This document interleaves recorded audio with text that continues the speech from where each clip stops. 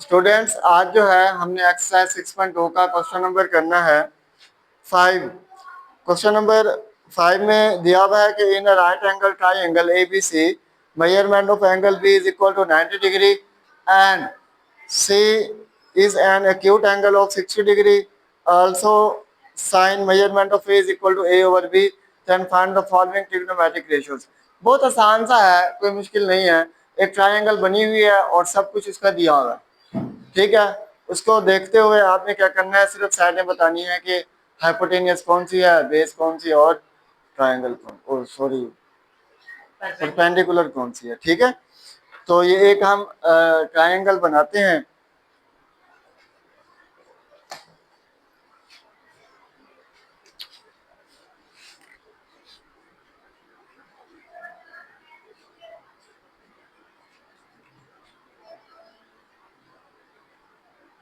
ये है एक ट्रायंगल,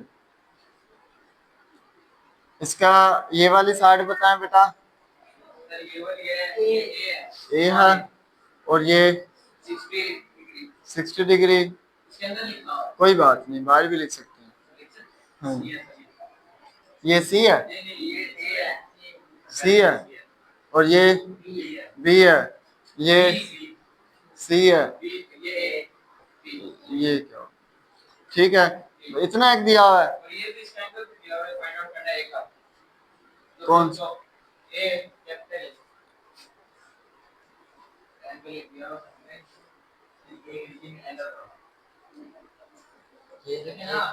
अच्छा अच्छा ठीक, ये दिया हुआ है, सही है। बस इसमें जो हमारे पास पहला पार्ट है उसमें क्या दिया हुआ है, पहला पार्ट क्या है बेटा Sushant? Measurement of BC, measurement of AB। तो मेजरमेंट ऑफ BC क्या दिया हुआ है? C। और मेजरमेंट ऑफ AB क्या दिया हुआ है? अच्छा BC A है और ये जिशान लिखवा रहे हैं और मेजरमेंट ऑफ AB है C, ठीक है बेटा। A ओवर C, ये इसका आंसर है, ठीक है। और कोई क्वेश्चन करवाना चाहें तो क्वेश्चन में ही आंसर है जी। क्वेश्चन नंबर 10 लिखवाएंगे, 10 लिखवाएं बेटा जल्दी से जी बेटा। बेटा अभी आपने 10 पाई/6। ये क्वेश्चन नंबर 8 है।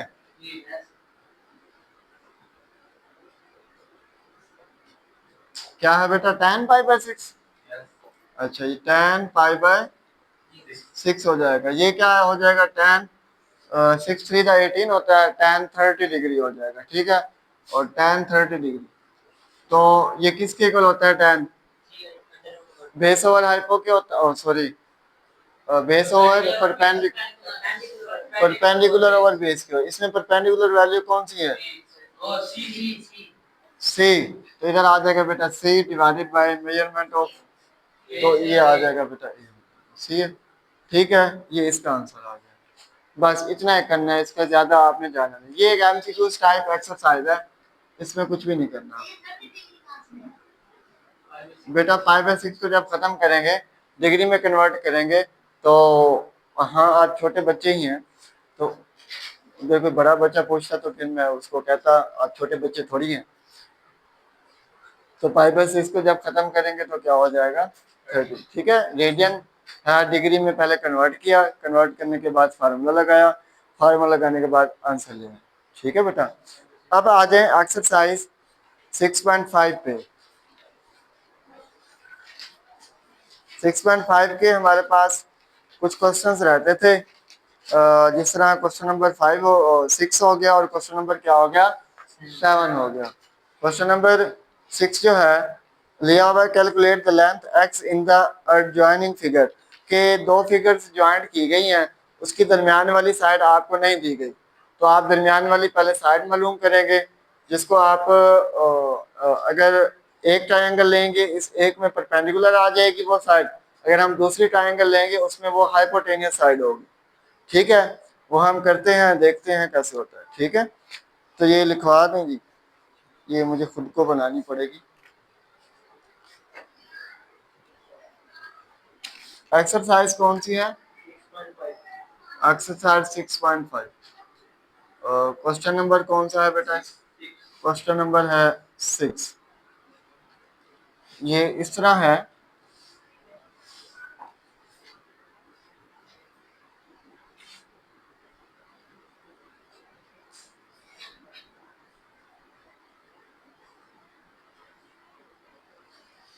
और ये इस तरह है।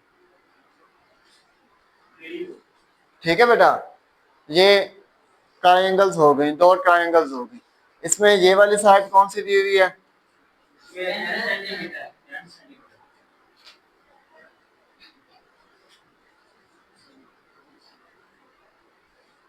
काफी हद तक ठीक है। तो ये हो गया 10 सेंटीमीटर, ये हो गया 17 सेंटीमीटर, और ये हो गया बेटा बी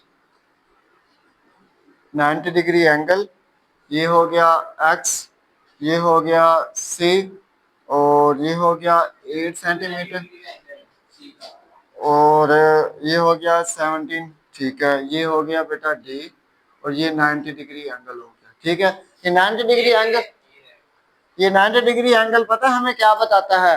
हमें साइड्स की पहचान करवाता है। ठीक है, क्योंकि जहाँ पे एंगल होता है उसी के साथ बेस भी होती है, परपेंडिकुलर भी होती है, हाइपोटेनियस बिल्कुल साइड भी होती है। तो एंगल देने का मकसद यही होता है कि हाइपोटेनियस कौन सी और बेस कौन सी होती है। ठीक है, अब इसमें देखें बेटा, आपके पास दो साइडें हैं, तीसरी साइड नहीं है। उन्होंने कहा कि आप एक्स की वैल्यू मालूम करें। अगर हम एक्स की वैल्यू मालूम करेंगे तो हमारे पास ये तीसरी साइड का होना लाजमी है। ठीक है, अगर ये तीसरी साइड होगी तब हमारे पास एक्स की वैल्यू आएगी। वो मालूम करने के लिए हम क्या करेंगे, पहले ये वाले ट्रायंगल लेंगे। इस ट्रायंगल के मुताबिक हाइपो कौन सा है, बेस कौन सा है, और परपेंडिकुलर कौन सा है जी। अब ये जो है हमारे पास, ये वाली जो साइड है ये हाइपोटेनियस है, ये जो हमारे पास है ये बेस है, और ये हमारे पास क्या है बेटा, परपेंडिकुलर। ठीक है जी, इस ट्रायंगल में अगर हम इस ट्रायंगल को लेंगे तो ये हमारे पास क्या होगी, बेस, ये हाइपो होगी, ये परपेंडिकुलर। अगर हम इस ट्रायंगल को लेंगे तो ये हमारे पास बेस होगी, ये परपेंडिकुलर होगी, और ये हाइपो होगी। ठीक है, अभी हम कौन सी सॉल्व कर रहे हैं, ये वाली ट्रायंगल। ठीक है, जो लेफ्ट हैंड साइड पे है, वो राइट हैंड साइड पे है। ठीक है जी, तो देखिए आप फार्मूला लगा लें बस। हाइपो का square is equal to base का स्क्वायर प्लस परपेंडिकुलर का स्क्वायर।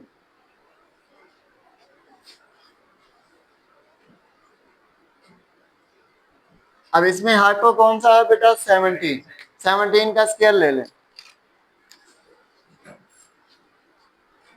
बेस क्या है इसमें, 10 है, तो 10 का भी स्क्वायर ले लें, प्लस परपेंडिकुलर हमने फाइंड आउट करना है। 17 का स्क्वायर क्या आता है, 289, तो ये आ जाएगा 289। 10 का स्क्वायर हो जाएगा बेटा 100, प्लस परपेंडिकुलर का स्क्वायर। ठीक है, 100 को जब आप इस तरफ ले आएंगे तो 289 minus 100 is equal to perpendicular का स्क्वायर हो जाएगा। ठीक है बेटा, तो 289 में से ये 189 बच जाएगा, इज इक्वल टू परपेंडिकुलर का स्क्वायर। तो दोनों तरफ स्क्वायर रूट ले लें, स्क्वायर रूट ले लिया, इधर भी स्क्वायर, ये स्क्वायर स्क्वायर से कैंसिल, इधर स्क्वायर रूट क्या आ जाएगा, 189। अब ये वाली जो आपके पास साइड आई है वो क्या आई है, स्क्वायर रूट 189। इसको मजीद आगे भी कर सकते हैं, लेकिन थोड़ी सी मुश्किल होगी। जब हम दोबारा स्क्वायर्स लेंगे ये खुद ब खुद कैंसिल हो जाएगा स्क्वायर रूट। ठीक है, इसलिए इसको इधर तक ही रहने दें, सवाल तो हो ही जाएगा। ठीक है जी, तो ये जो हमारे पास आ गई है ये कौन सी है, अच्छा इसमें इस साइड पे ये परपेंडिकुलर था, और साइड क्या आई है इसकी, स्क्वायर रूट 189। लेकिन इस साइड पे ये वाली कौन सी है, हाइपो है। ठीक है बेटा, अब हमारे पास ये वाली साइड भी आ गई है, ये वाली साइड भी है, हम तीसरी साइड फाइंड आउट करेंगे। तो उसके लिए जो है ना ये परपेंडिकुलर लिख दूं सिर्फ, हाँ फार्मूला फिर से वही लगेगा।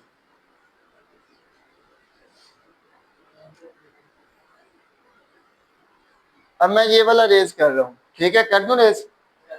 इसमें सब कुछ बना हुआ है और तो कुछ है नहीं। रजिस्टर कहाँ है?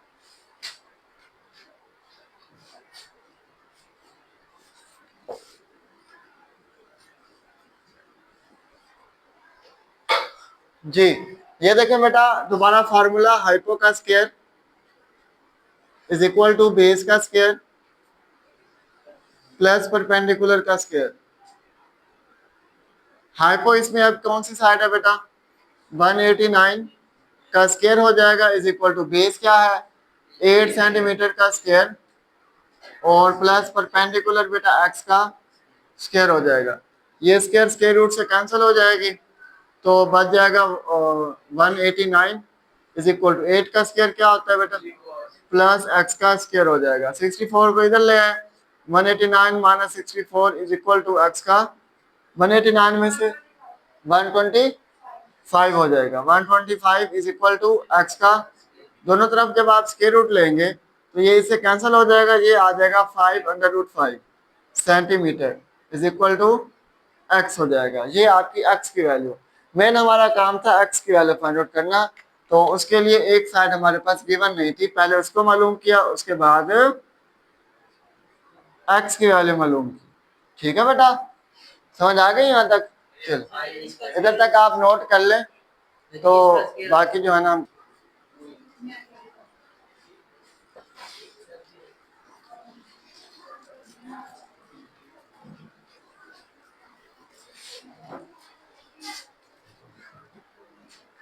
जी बेटा, इसका नेक्स्ट पार्ट देखिए। नेक्स्ट पार्ट में क्या है कि if the ladder is placed along the wall, के एक दीवार है उस पे एक लेदर है वो प्लेस्ड किया हुआ है। ठीक है जी, तो कहते हैं side that the foot of the leather, के उसके जो फुट है मतलब नीचे वाली साइड, फुट को क्या कहते हैं, एक जो नीचे वाली साइड है वो नीचे वाली साइड वो कितनी है? 2 मीटर। कितनी है? 2 मीटर है। तो वो कह रहे हैं कि in away from the wall if the length of the ladder is 18 meter height. अब लेंथ जो होती है लंबाई को कहते हैं और हाइट जो होती है वो ऊंचाई को कहते हैं। ठीक है जी, अब ये हमने ये हाइट होती है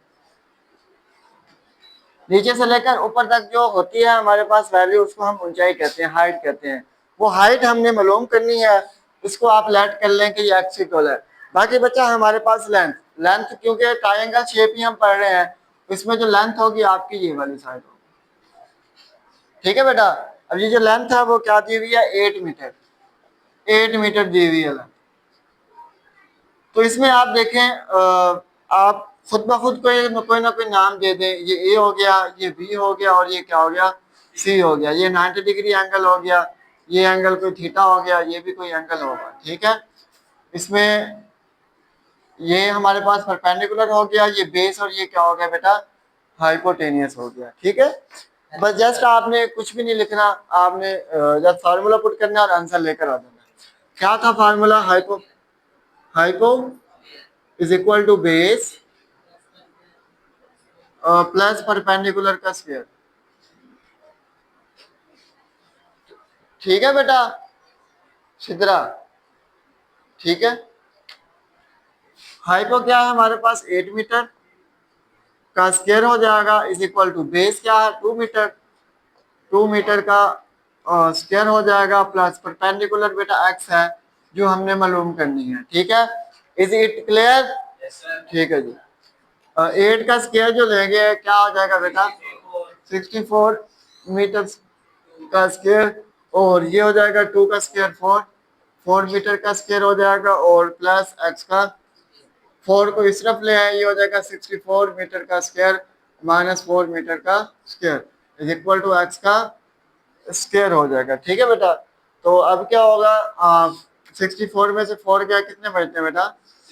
मीटर का square is equal to X का स्क्वायर। स्क्वायर रूट ले लें दोनों तरफ। ठीक है, ये कैंसिल हो जाएगा, 60 का ले लें स्क्वायर रूट, कितना बनता है बेटा? 2√15 15 is equal to metre is equal to हो जाएगा बेटा एक्स। ये 2 से अंडर रूट से कैंसिल हो जाएगा। ठीक है, समझ आ गई? और ये जो स्क्वायर है ये तो स्क्वायर रूट से कैंसिल हो जाएगा, 60 का जो स्क्वायर रूट लेंगे वो 2 स्क्वायर रूट 15 हो जाएगा। हाँ जी, इधर तक बेटा